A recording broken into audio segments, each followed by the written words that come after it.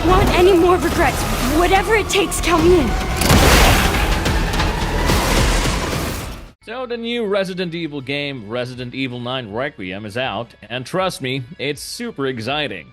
The game gave me the same horror vibes which I felt while playing through the early parts of Resident Evil 7, especially how Grace's horror sections are perfectly complemented with the action-packed Leon sections. And then of course we see the long-awaited return to Raccoon City.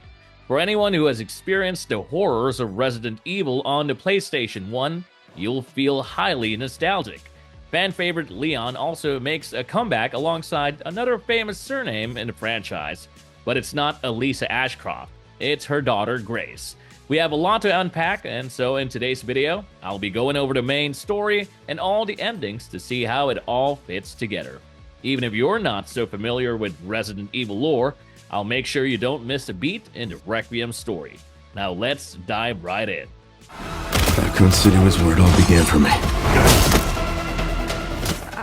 Our story begins with Grace Ashcroft, who is working as an analyst in the FBI at one of their Midwest offices. Grace is seen browsing through some of the local news, which says a lot about the current world of Resident Evil. The headline says that the US is withdrawing from the Treaty of Prohibition on Bioorganic Weapons. We saw in Resident Evil 5 how Raccoon City was attacked and Umbrella Corporation was found responsible. But now the US government has become even more corrupt than some greedy corporations. They're lifting the restrictions on bioweapons just to stay ahead of the global bioweapons arms race. After the Raccoon City outbreak in Resident Evil 2 and 3, the entire city was wiped out in a missile strike, or so it seems. This led to a lockdown of the city, which was now extended to the year 2040. But there is another problem which is fast looming. Across the US, people are having weird symptoms like mysterious black bruises on their bodies. No one exactly knows what it is, but investigations show these symptoms connected with the survivors of Raccoon City. As we know, the T-virus had spread across Raccoon City and infected all those people. And if reports are to be believed, the residual T-virus in the body mutates over a long period of time. Eventually, the virus has activated again, and by this time as a black bruise-like mark, covering the entire body over time. By the time it reaches the terminal stage, the victims begin coughing up blood and only have about an hour or two left before they die. What's more dangerous is that so far all the case results have been fatal. There is presently no cure for this syndrome. A recent victim of Raccoon City syndrome was found in the Renwood Hotel. Grace is going through the same news when her boss calls her up in his chambers. She is handed a new assignment to investigate a series of missing persons cases and strange deaths at the Renwood Hotel. As soon as Grace hears the name of Renwood, a nervousness creeps on her face, and she has her valid reasons for being nervous about going there because of painful memories tied to that place. It was in the same Renwood Hotel that her mother, Alyssa, was murdered 8 years ago in a horrifying manner. Grace is already somewhat of a nervous character, and maybe that's why she's not a field agent till now. But still, she is a thorough professional who will fulfill her mission at any cost. She somehow gathers her courage and agrees to investigate the long-abandoned hotel. When she arrives at the hotel gate, she is greeted by a police barricade. A cop stationed outside shows up to inform her that no one is allowed inside the building due to the mysterious deaths. At that time, her mind is already clouded by the thoughts of what happened on that fateful night 8 years ago. She gathers herself and shows her FBI badge to the cop and gains access to the quarantine building.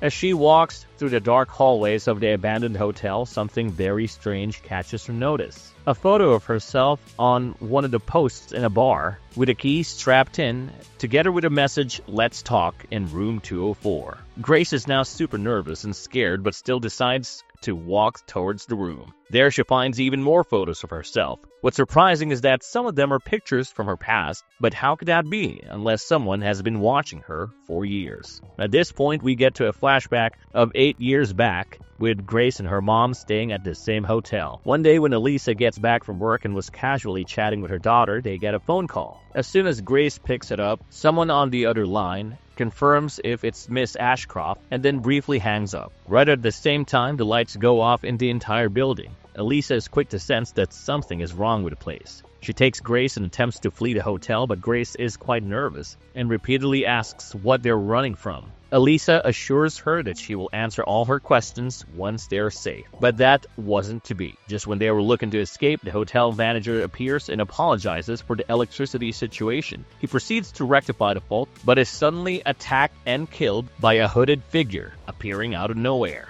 The mother and daughter duo are visibly horrified that the threat is now very real. Alyssa tries to protect Grace with whatever she could, but before that, she hides a notebook behind a painting in the hotel lobby. Does Alyssa know something about the place that we don't, and what the hell is going on? Was this notebook the reason why the hooded figure was relentlessly pursuing Alyssa and her daughter? We'll come to know more of that later. The mother and daughter duo tried to evade the hooded figure. However, just as Alyssa was reassuring her daughter that they'll be okay, the hooded figure strikes Alyssa right down in front of Grace and kills her with a single bloody stroke at her neck. Grace is completely horrified as the hooded figure utters, "Finally found you." We cut to the present with Grace waking up to a cell phone ringing. As Grace picks it up, no one answers on the other line. Are the same events repeating again? Suddenly, Grace remembers the hidden diary which her mom had hidden on that fateful night. Turns out Alyssa already knew about the hooded figure pursuing her and of a bigger conspiracy unfolding. As Grace gets a hold of the notebook that her mom hid, she finds Alyssa's diary. Suddenly, the police officer from outside appears out of nowhere. At first, he looks normal, but is suddenly revealed to be infected and attacks Grace. She's bitten on her arm, and in self-defense, she throws the cop out of the window. Grace looks to escape, but happens to enter another room where she hears music. In here, we're introduced to one of the prime villains, Dr. Victor Gideon. He reveals that he has been waiting for Grace for a long time, and actually it was because of him that she had come to the Renwood Hotel again. But why was he so interested in Grace? Because apparently she is special and a chosen one. Dr. Victor Gideon chokes Grace unconscious with an eerie message, "Rest now, Grace, because we have so much to do." From here, the story shifts to our fan-favorite veteran agent, Leon S. Kennedy.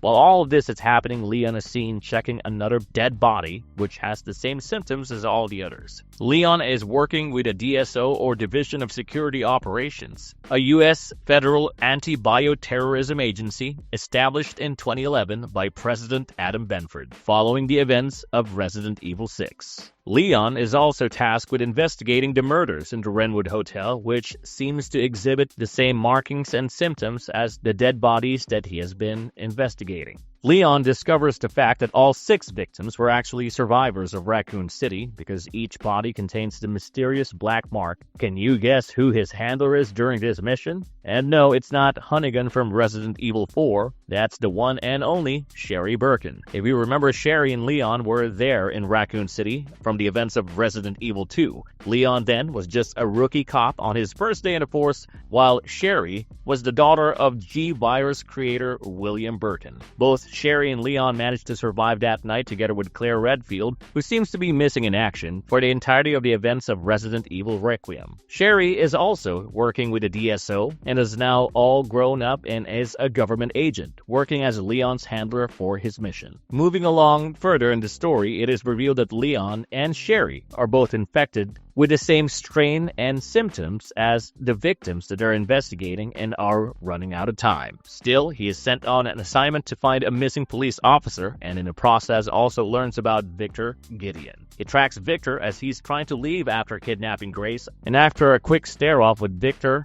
Leon tries to run after him, but not after Victor shoots a couple of civilians with some darts infected with T-virus strains, causing an immediate outbreak. Panic and chaos ensues as Leon tries to run after Victor, with zombies roaming abound, only to lose his tracks. Thankfully, Sherry finds that Gideon had recently purchased a building after Umbrella had gone under, the Rhodes Hill Chronic Care Center, which might be Victor's new headquarters. Leon proceeds to track down Gideon through his customized Porsche signature vehicle. And now we soon discover that what Gideon is actually doing at the care center is quite horrific. Gideon was a former Umbrella employee who also helped in the research of the T-virus. After Raccoon City was destroyed, a trial was called, and Gideon was also called in as one of the witnesses. But Gideon never showed up in court. Instead, he purchased the care center building and became the director of operations. Much of his operations inside the care center was kept highly confidential due to his quote-unquote experimental therapies and other sensitive research. Originally ran by the Spencer Foundation, headed by Oswald E. Spencer, who was also one of the founders of Umbrella and was later killed by Albert Wesker, as shown in a flashback sequence in Resident Evil 5.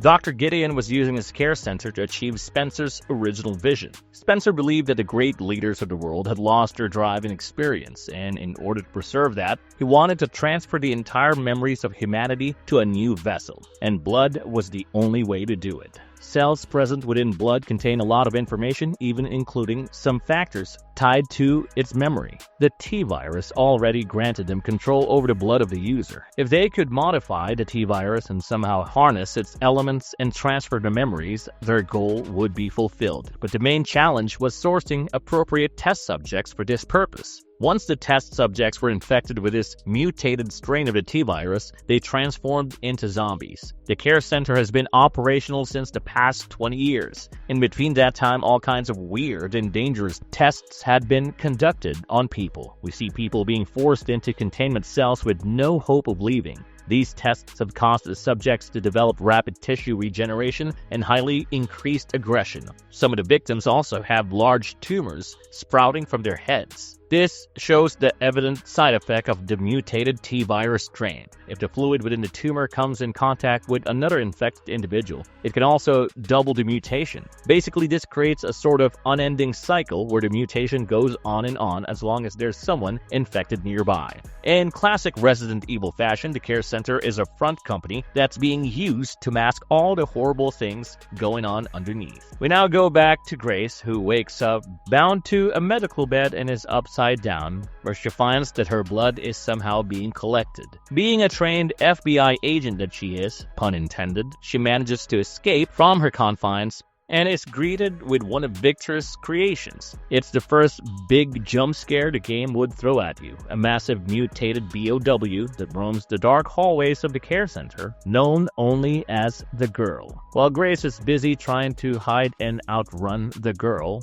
Leon simultaneously arrives at the care center. He is greeted by a nurse who unassumingly is a normal human being and is informed that Dr. Gideon has been expecting him. Our girl nurse informs Leon of the quote-unquote experimental therapies that are being conducted on long-term patients. Suddenly, an emergency protocol is activated and all the patients turn violent. Turns out it was Victor's plan all along. Chaos once again ensues as we are greeted with a returning favorite from Resident Evil 4, Chainsaw Zombie, and a couple of nurse and patient zombies on the side. Resident Evil veterans would be pleased to hear, though, that Leon's side of the story is more action-packed, with over-the-top executions, as well as the ability to use the chainsaw against zombies. We go back to the story as Leon catches up to Grace just in time to fend off the girl chasing her. Victor is not too pleased about this and separates them with a closing gate. During whatever time he could get, Leon is able to give his gun, the Requiem, to Grace and asks her to find a way out on her own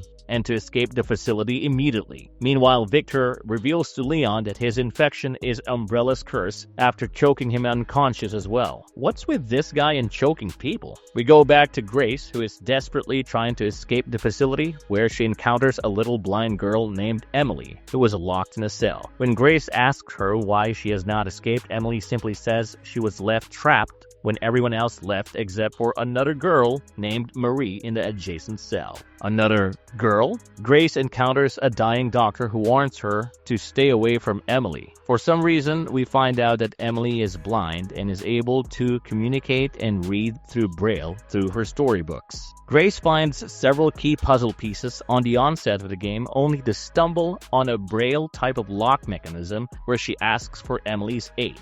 Upon unlocking the final puzzle piece, Emily is taken by the girl, which we find out to be the other girl Marie, and has mutated. Marie seems to be susceptible and weak against light and can only stay in dark areas. Grace finds additional notes left by staff within the facility that also encountered the girl and are trying to kill her as soon as possible. While going through the notes, Grace finds information regarding a Code 6 protocol which was supposed to be activated once a DSO agent arrives, which explains the sudden lockdown protocol that was initiated when Leon arrived. The scene shifts to Victor, Gideon, and Leon as he is tied up in the attic, where he is being interrogated by Gideon regarding his true purpose and reason and what he's really after.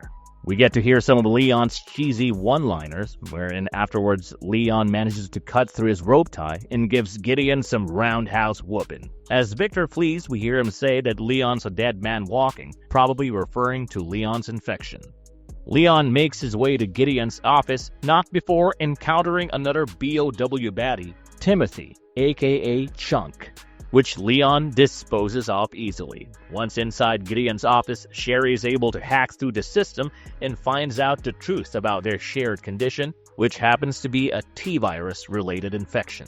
He also finds information in some files on Elpis and learns the fact that somehow Grace is connected to it. We are once again thrown to the controls of Grace together with Emily. Through the onset of the game, it's fair to mention that Grace and Emily had a slight spark of hope when they encountered a lone helicopter and its pilot Harry in the courtyard. Grace enters a cabin, which happens to house an underground facility once again, in search of the helicopter key. Grace overhears Victor talking on the phone with an unknown individual as he relays information that all tests have come back positive, and the blood test on Grace proves that she is indeed the one they've been searching for. They rejoice at the fact that Elpis would soon be free, and after saying this, Victor initiates a self-destruct sequence and walks off laughing. A simple chore to get the helicopter key turns out to be a sudden rush and escape for Grace, as she evades test subjects coming back to life while trying to avoid drowning in pools of blood. Once topside, Grace finally boards the helicopter together with Harry and Emily, only for their escape to be foiled by a mob of zombies. Their helicopter escape crashes, and Grace and Emily find themselves on the run for their lives, only to be saved by action star Leon Kennedy. Leon fends off the zombie attack and buys Grace some time to escape in the water treatment facility, where Grace and Emily once again encounter Marie for a final showdown.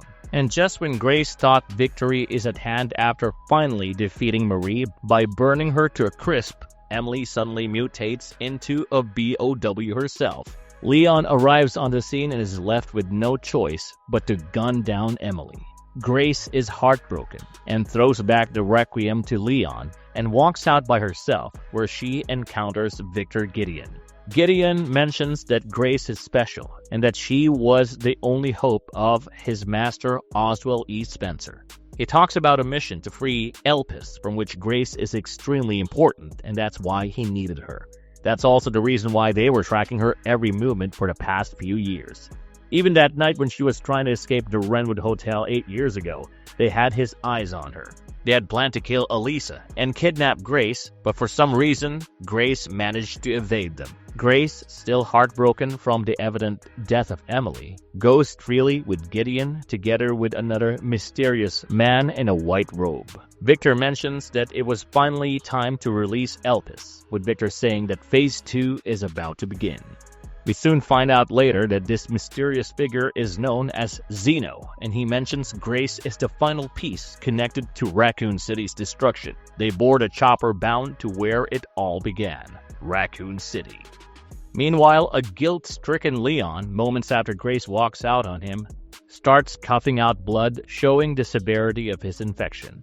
He knows and understands that there's not much time left for him, and still, he decides to follow after Grace to save her.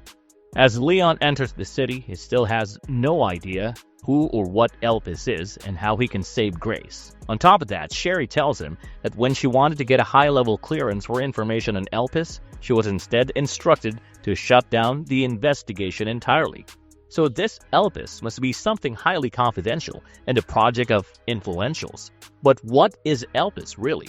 It's revealed that Elpis is Spencer's final virus hidden beneath Raccoon City, which was supposedly destroyed 28 years ago by a missile strike. Umbrella really started to flourish around the mid-1990s. Their rapid expansion at that time also included the creation of Elpis. It might be the last ever virus created by Spencer. He designed Elpis to control the human mind. In short, his virus had the potential to disrupt the military balance of the entire world. Or so they thought. And this seems to be what Gideon and Zeno are after. We also see the remains of Raccoon City through Leon's eyes. While much of the place was destroyed, you can still clearly see the old areas like the old subways, and of course, the Raccoon Police Department and the orphanage, as seen in Sherry's section of Claire's campaign back in Resident Evil 2 Remake. We know that Raccoon City was severely infected and therefore it was bombed with a missile and the city was supposedly permanently cleaned. But what was that whole truth? We come to know later that the missile destruction had a lot more to it than just containment procedure, when in fact it was actually Zeno, together with the Connections, who actually launched the missile to hide Elpis. Meanwhile, Leon gets Victor's exact location from Sherry, which turns out to be the center of Raccoon City. As soon as he enters the place, Leon is welcomed by a giant mutated spider who attacks him. Leon is eventually able to defeat the spider, as he mentions that he missed that Raccoon City hospitality. Leon finds many zombies roaming about before he encounters several dead BSAA soldiers. Upon investigating through their body cam, he discovers that these soldiers had come to Raccoon City to capture Elpis, but all of them got killed by Zeno. We fast forward to an over-the-top motorcycle chase sequence with Leon and Victor Gideon. And let's not forget to mention some giant mutated zombie dogs released by Victor Gideon to run after Leon. The exciting motorcycle chase ends with Gideon falling off the high road and explodes in flames, as Leon mentions that he should have worn a helmet. Leon is eventually able to track down Grace inside the Raccoon Police Department. This is sort of all like a homecoming for Leon, huh? It was that same place years ago, where on his first day as a rookie cop, he saw his colleagues dying one by one. Now Grace is seen with Zeno here, and truth about Elpis is finally revealed, and also how Grace is connected to Elpis as the final piece. Zeno reveals that militaries from several countries arrived in Raccoon City with a goal to find Elpis. The missile which was dropped at Raccoon City was only so that no one could reach the confidential project. Even then, the President of the United States tried to intervene, and he was also killed in the process through the outbreak that occurred in the White House in the events of Resident Evil 6. Now, Grace is the only way to get to Elpis. Zeno shows many photos to Grace which resemble Emily. They were basically the failed experiments in an attempt to create duplicate copies of Grace. A quick flashback shows Raccoon City orphanages, where years ago, babies were experimented on and in fact created entirely to fulfill specific purposes. When Grace comes to know of this fact, she is left devastated. She can't bear the thought that Alyssa was not really her mom and that she was also just created for some nefarious purpose. And now it was also because of her that Alyssa and all the other girls like Emily were killed. Just then, Leon appears on the scene, shooting guns a-blazing at Zeno. However, Zeno manages to evade all his bullets. Now, those moves seem to remind me of a certain Albert Wesker, minus the edgy personality. Zeno manages to escape together with Grace, and Leon is left to fight off with another fan-favorite BOW from Resident Evil 2, Mr. X, aka the Tyrant. Somehow, Leon manages to escape Mr. X, but not before being punched in the gut, which he says he utterly remembers that feeling too. Mr. X relentlessly pursues Leon and attacks him with an actual missile. A boss fight ensues, but not long after, Leon manages to dispose of the Tyrant. Leon is now en route to the Ark, where he must go through the ruined orphanage and from there finds a massive Umbrella Corporation facility deep beneath Raccoon City. Here, Leon learns again about Grace's location. She is hidden in Pandora. Leon is attacked once again by several soldier zombies, but manages to defeat them all and reach Zeno.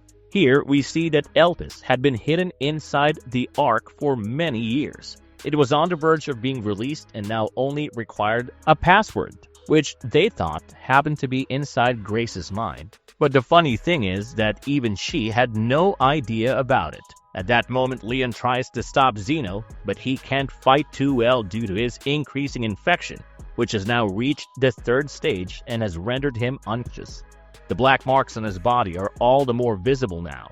After a while, when he regained consciousness, Leon asks Grace to leave immediately and decides to go back alone to destroy Elpis. But Grace is not the same clumsy and fearful girl anymore. She refuses to leave him. Leon takes a promise from Grace at this point that if anything happens to him, Grace will have to end everything. She goes deep into the facility where she finds some floppy disks. These were similar to the ones she had seen earlier in Alyssa's hidden notebook. It was actually a recorded conversation between Alyssa and Spencer.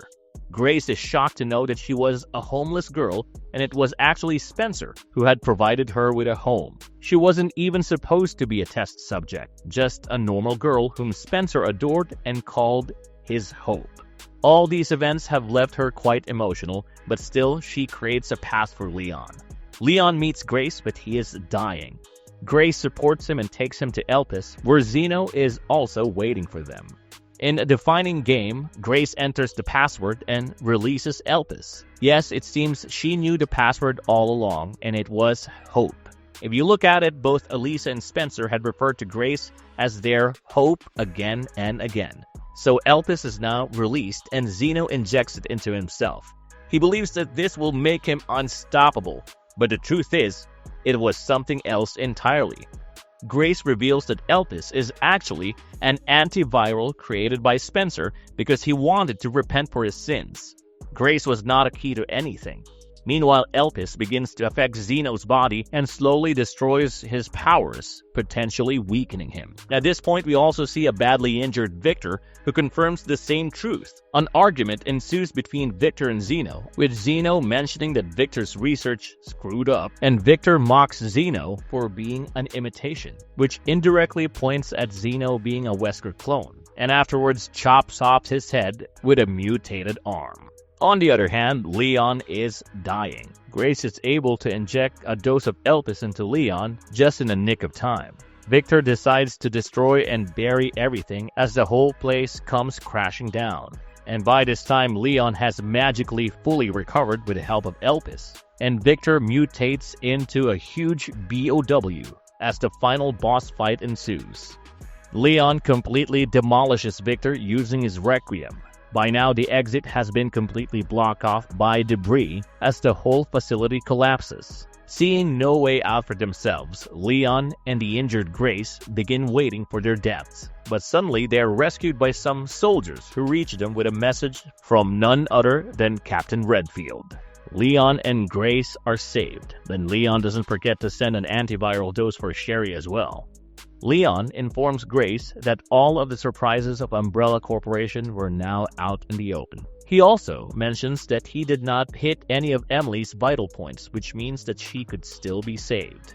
In the aftermath of these events, every news channel in the world exposes the secret facility hidden for years beneath Raccoon City.